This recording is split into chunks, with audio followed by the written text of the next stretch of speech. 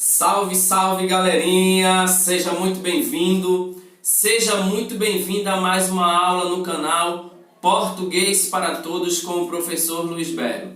E na aula de hoje nós aprenderemos tudo sobre o processo de formação de palavras. Belezinha? Mas claro, antes de iniciarmos esta aula eu já quero te pedir, gostou do vídeo? Já deixa aí o seu like, já dá o joinha. Você também pode fazer os seus comentários e principalmente compartilhar este vídeo com outras pessoas. Mas também, se você ainda não se inscreveu, já vai se inscrevendo no canal e ativando o sininho para receber as notificações de tudo que postarmos por aqui. Sem mais enrolação, vamos para o que interessa.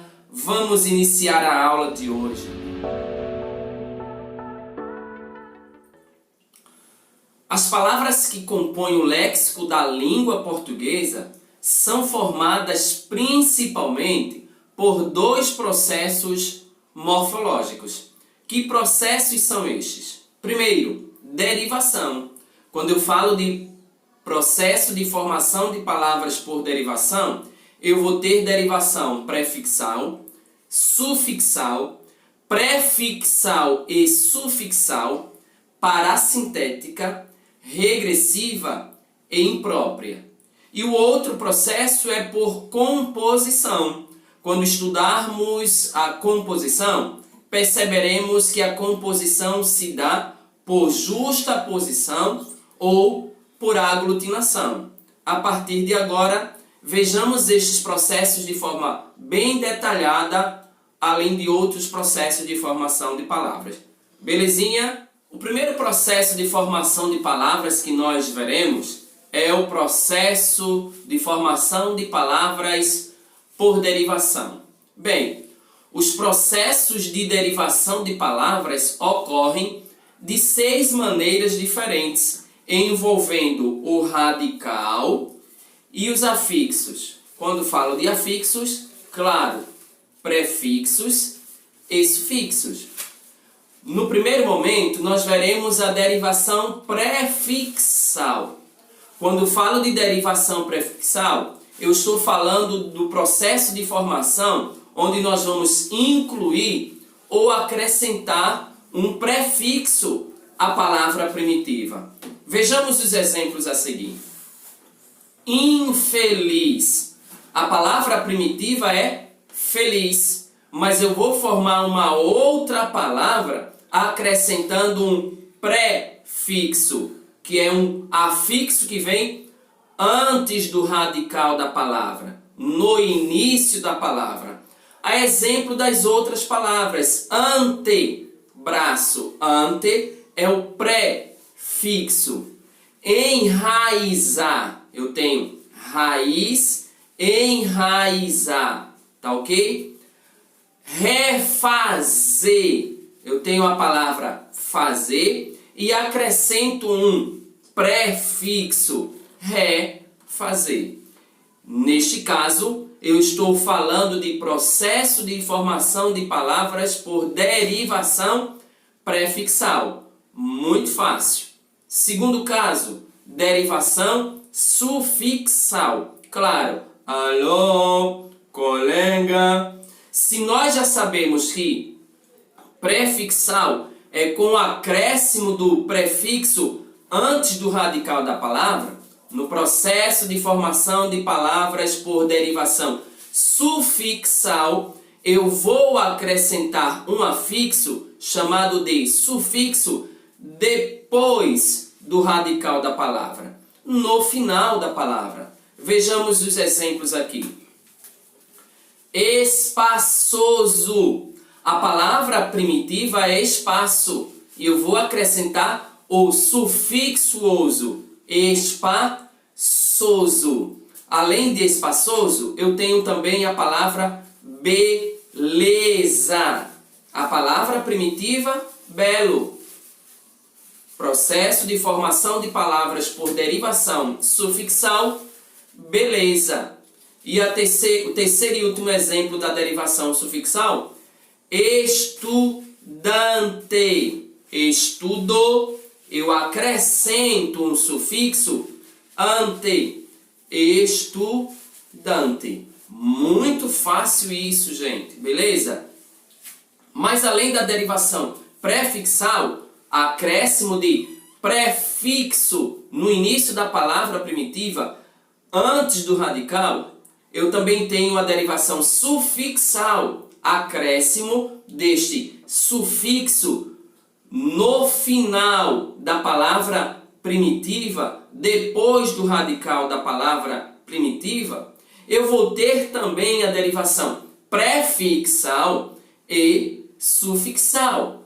É muito fácil. Ora, derivação prefixal e sufixal, eu vou acrescentar simultaneamente prefixo, o que vem antes do radical, e o sufixo, que vem depois do radical. Um exemplo clássico desta derivação prefixal e sufixal, nós temos a palavra infelizmente. Tranquilo? Feliz, palavra primitiva, eu acrescento um prefixo in e adiciono e acrescento também um sufixo mente. Então eu vou ter a palavra infelizmente. Neste caso, evidentemente, eu tenho um processo de formação de palavras por derivação prefixal e sufixal. Guardem essas informações para que não façamos uma confusão com o próximo processo por derivação. Que processo é este? É o processo por formação de palavras chamado de derivação parasintética. E o que seria então isso? Bem, a derivação parasintética vai incluir, vai adicionar, vai acrescentar tanto um prefixo quanto um sufixo à palavra primitiva. Ou seja, eu vou acrescentar o prefixo no início da palavra, antes do radical, e depois do radical, no final da palavra. Vejamos os exemplos. Amanhecer. A palavra primitiva é manhã. Eu vou acrescentar no início da palavra o prefixo a e vou adicionar também, simultaneamente, o sufixo ec e vou ter a palavra amanhecer. Um outro exemplo é o da palavra empalidecer. Também acrescentamos simultaneamente o prefixo antes do radical da palavra primitiva e depois do radical da palavra primitiva, que é pálido. Eu vou acrescentar em e ec e vou ter a palavra empalidecer. Beleza? Isso vai caracterizar o processo de formação de palavra por derivação parasintética. Além da derivação parasintética, nós também temos a derivação regressiva. O que caracteriza a derivação regressiva nada mais é que a redução da palavra derivada por meio da retirada de uma parte da palavra primitiva. Vejamos os exemplos. Beijar é a palavra primitiva e eu vou formar uma outra palavra por derivação regressiva e eu vou ter a palavra beijo, tá ok? Semelhantemente, ocorre com debater, palavra primitiva, e debate, a derivada regressiva, certo? E por fim, nós temos o último exemplo da derivação regressiva. Perder é a palavra primitiva e eu vou formar por derivação regressiva a palavra perda. Tranquilo? Vejamos ainda a derivação imprópria. O que é a derivação imprópria? O que a caracteriza? É muito simples. A derivação imprópria ocorre quando há mudança de classe gramatical da palavra. Vejamos os exemplos que nos mostram isso de forma muito clara e simples. Fui jantar ontem à noite com Luiz. Jantar, neste primeiro caso, é um verbo. Jantar é o verbo na sua forma nominal, chamada de infinitivo. Já no segundo exemplo, eu tenho o jantar estava muito bom. Epa, jantar não mais está exercendo a função aqui de um verbo. Na verdade, é um verbo que está sendo substantivado. Exerce a função de sujeito desta oração. Portanto, é um substantivo. Deu para entender? Então, derivação imprópria ocorre quando a mudança da classe gramatical. Certo? O verbo, originalmente na primeira oração, mantém-se verbo, mas na segunda oração ele foi empregado com sentido ou com valor de um substantivo, tá ok? O núcleo do sujeito da oração está precedido por artigo e assim sucessivamente. Tranquilíssimo? Fácil, muito fácil. Beleza? Mas além disso tudo, o que é que nós precisamos ainda saber? Nós precisamos diferenciar o que é derivação prefixal e sufixal da derivação parasintética. Afinal de contas, nos dois casos, nós temos acréscimo simultâneo de prefixo e sufixo à palavra primitiva. E como saber se é derivação prefixal e sufixal ou se é derivação parasintética? Pois bem, para saber se a derivação é prefixal e sufixal ou parasintética, a maneira bem prática é: devemos eliminar o prefixo ou o sufixo. Vejamos, empalidecer. Você já ouviu a palavra palidecer? Certamente não. Você já ouviu a palavra empálido? Empalidecer, se eu tirar o prefixo, fica palidecer. Esta forma não existe. Se eu tirar o sufixo, vai ficar empálido. Esta forma também não existe. Mas, observemos aqui. Infelizmente, se eu tirar o prefixo, felizmente, existe essa palavra. Se eu tirar o sufixo mente, eu vou ter a palavra infeliz. Esta forma também existe. Concluindo, na derivação parasintética, quando retiramos um afixo, seja ele prefixo ou sufixo, o vocábulo não existe. Deu para entender? Se você tirar um prefixo, tirar um sufixo e a forma da palavra não existe, é porque esta derivação é chamada de derivação parasintética. Tranquilíssimo? Beleza? Fácil demais da conta. Pois bem, mas além da derivação, nós temos também o processo de formação de palavras por composição. Os processos de formação de palavras por composição envolvem dois ou mais radicais. Lembrem-se, na derivação vai envolver prefixos e sufixos, além do radical. Na composição, nós teremos dois ou mais radicais envolvidos. E quais são estes processos de formação de palavras por composição? Justaposição e composição. Na justaposição, ocorre a união dos termos, ou seja, os radicais não sofrem qualquer alteração em sua estrutura quando os dois radicais se unem. Observemos os exemplos. Surdo, mudo. Nesta composição, eu tenho duas palavras. A primeira é surdo, a segunda é mudo. Eu vou formar uma outra palavra, surdo, mudo. Nenhuma sofreu alteração. A mesma coisa acontece com a palavra guarda-chuva. Eu vou formar esta palavra unindo outras duas, guarda-chuva. E quando eu as uno, quando eu junto essas duas palavras, eu vou formar uma outra palavra por composição. E não há alteração em nenhum radical.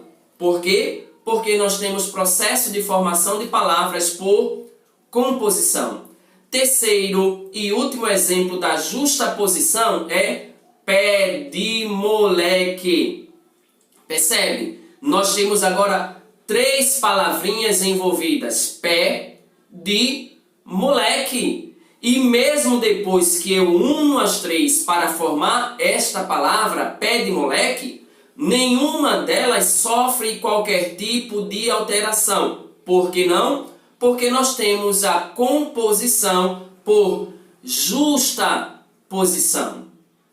Além da justaposição, nós temos a aglutinação. Ora, na justaposição não há alteração nos radicais, mas na aglutinação, na união dos termos que formam esta palavra, pelo menos um dos radicais sofre alteração em sua estrutura. Vejamos os exemplos. Planalto. A palavra planalto ela é formada a partir da composição de 2 palavras, plano mais alto.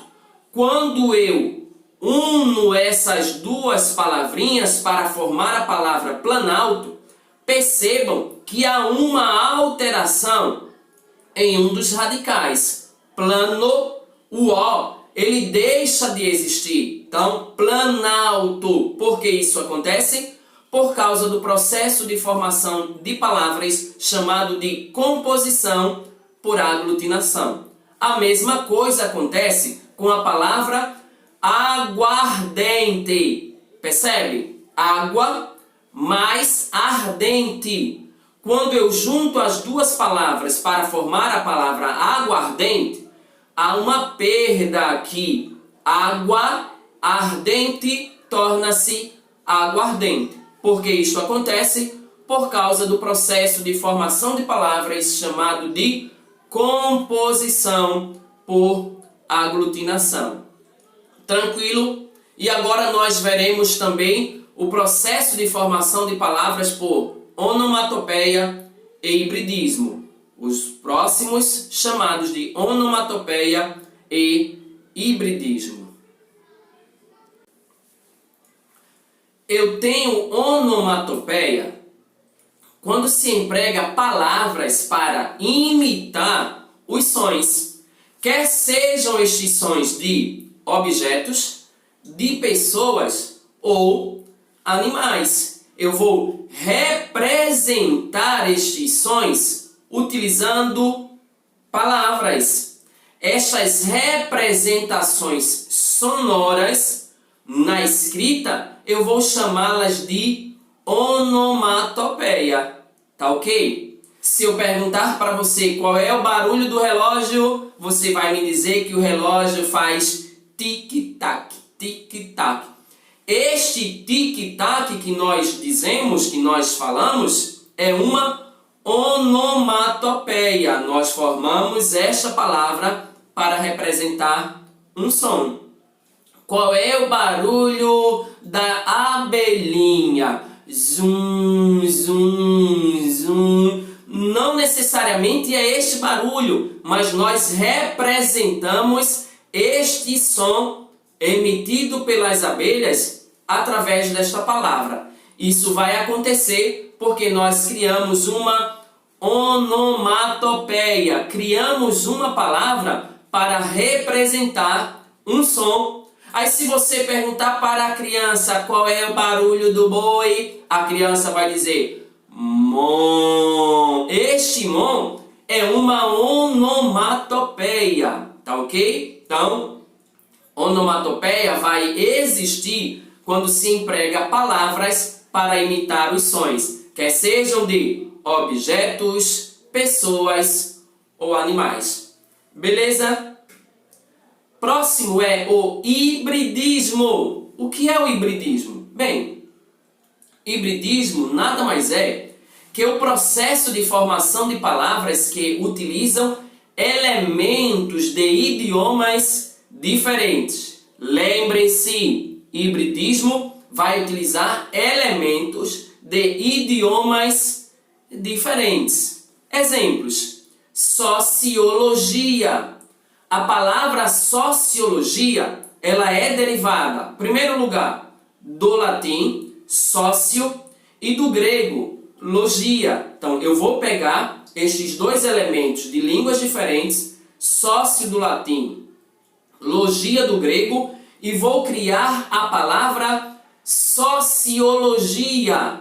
A exemplo também da palavra endovenoso. Endo, do grego, mais venoso, do latim. Tranquilíssimo? Então, simplificando, quando é que eu tenho hibridismo? Quando eu formo palavras unindo dois termos que pertencem a línguas diferentes. Facílimo, tranquilíssimo, só sossego. Próximo passo para nós observarmos é abreviação e abreviatura. Preste muita atenção e muita calma nessa hora, porque embora possamos entender como algo parecido, são apenas parecidos, mas são diferentes. Tranquilo? Qual é a diferença de abreviação e abreviatura? É o que veremos agora. A abreviação ou redução é um processo, esse processo se manifesta quando uma palavra é muito longa, pois forma novas palavras a partir da redução ou abreviação de palavras já existentes. Vejamos alguns exemplos. Moto. Aí eu vou comprar uma moto. Claro, eu estou aqui me fazendo valer deste processo chamado de abreviação ou redução, porque o nome é motocicleta, beleza? Mas no dia a dia nós falamos moto. Isso acontece porque nós estamos utilizando a abreviação, beleza? A mesma coisa acontece com a palavra pneu. Pneu é a abreviação de pneumático. Pneumático. Tranquilo? Para diferenciarmos definitivamente a abreviação da abreviatura, agora nós vamos ver o que é abreviatura. Bem, a abreviatura possui um contexto específico de uso na escrita, representa parte da palavra como equivalente de um todo, ou seja, reduz determinados vocábulos. Exemplos de abreviatura: veja, vê, ponto. Tá ok? Então é preciso entender que nas abreviaturas nós vamos ter sinais de pontuação. Precisamente, nós vamos ter este ponto aí. V, ponto, é veja. PQ, e hoje mais do que nunca, por conta da tecnologia, internet, etc e tal, PQ, por quê? Vossa Excelência, que é um pronome de tratamento, eu vou abreviar V maiúsculo, ponto, E maiúsculo, XA. É a abreviatura de Vossa Excelência. Tranquilo? Próximos exemplos de abreviatura, nós temos ofício, OF, ponto, edição, ED, ponto, e código, código, COD, ponto. Beleza? Fácil demais da conta, diferenciando assim a abreviação e a abreviatura. E chegamos também nas siglas. Exatamente, nós temos siglas seguindo a linha deste processo. Na verdade, nós chamamos de sigla a abreviatura formada pelas letras iniciais de expressões. sejam elas nomes compostos ou locuções substantivas. Vejamos alguns exemplos muito conhecidos de algumas siglas. ONU, ONU, Organização das Nações Unidas, ONU, são as iniciais. ABNT, Associação Brasileira de Normas Técnicas. CNPq, Conselho Nacional de Pesquisa. FMI, Fundo Monetário Internacional. E o FAO, aqui do meu estado amado e querido Alagoas, Universidade Federal de Alagoas, é a nossa universidade pública federal, ok? O FAO, Universidade Federal de Alagoas.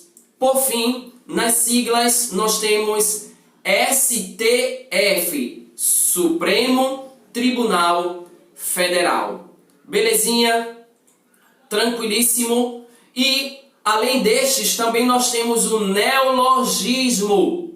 O que é um neologismo? Bem, o neologismo consiste na criação de uma palavra ou expressão nova, ou também na atribuição de um novo sentido a uma palavra já existente. Os neologismos surgem conforme as necessidades de expressão e comunicação. Vejamos aqui este trecho do poema Amar, de Carlos Drummond de Andrade. Eu gostaria de terminar assim. Que pode uma criatura senão entre criaturas amar? Amar e esquecer. Amar e malamar. Amar, desamar. Amar sempre e até de olhos vidrados. Amar. Então nós finalizamos esta aula declamando ou citando este trecho do poema Amar, de Carlos Drummond de Andrade, que emprega os neologismos malamar e desamar. Certíssimo? Espero, portanto, que vocês tenham gostado. E claro, gostou? Já dar o seu joinha, faça seus comentários e compartilhe esta aula com outras pessoas. Se ainda não se inscreveu, inscreva-se no canal e ative o sininho para receber as notificações de tudo que postarmos aqui. Muito obrigado, por hoje é só. Tchauzinho e até a próxima.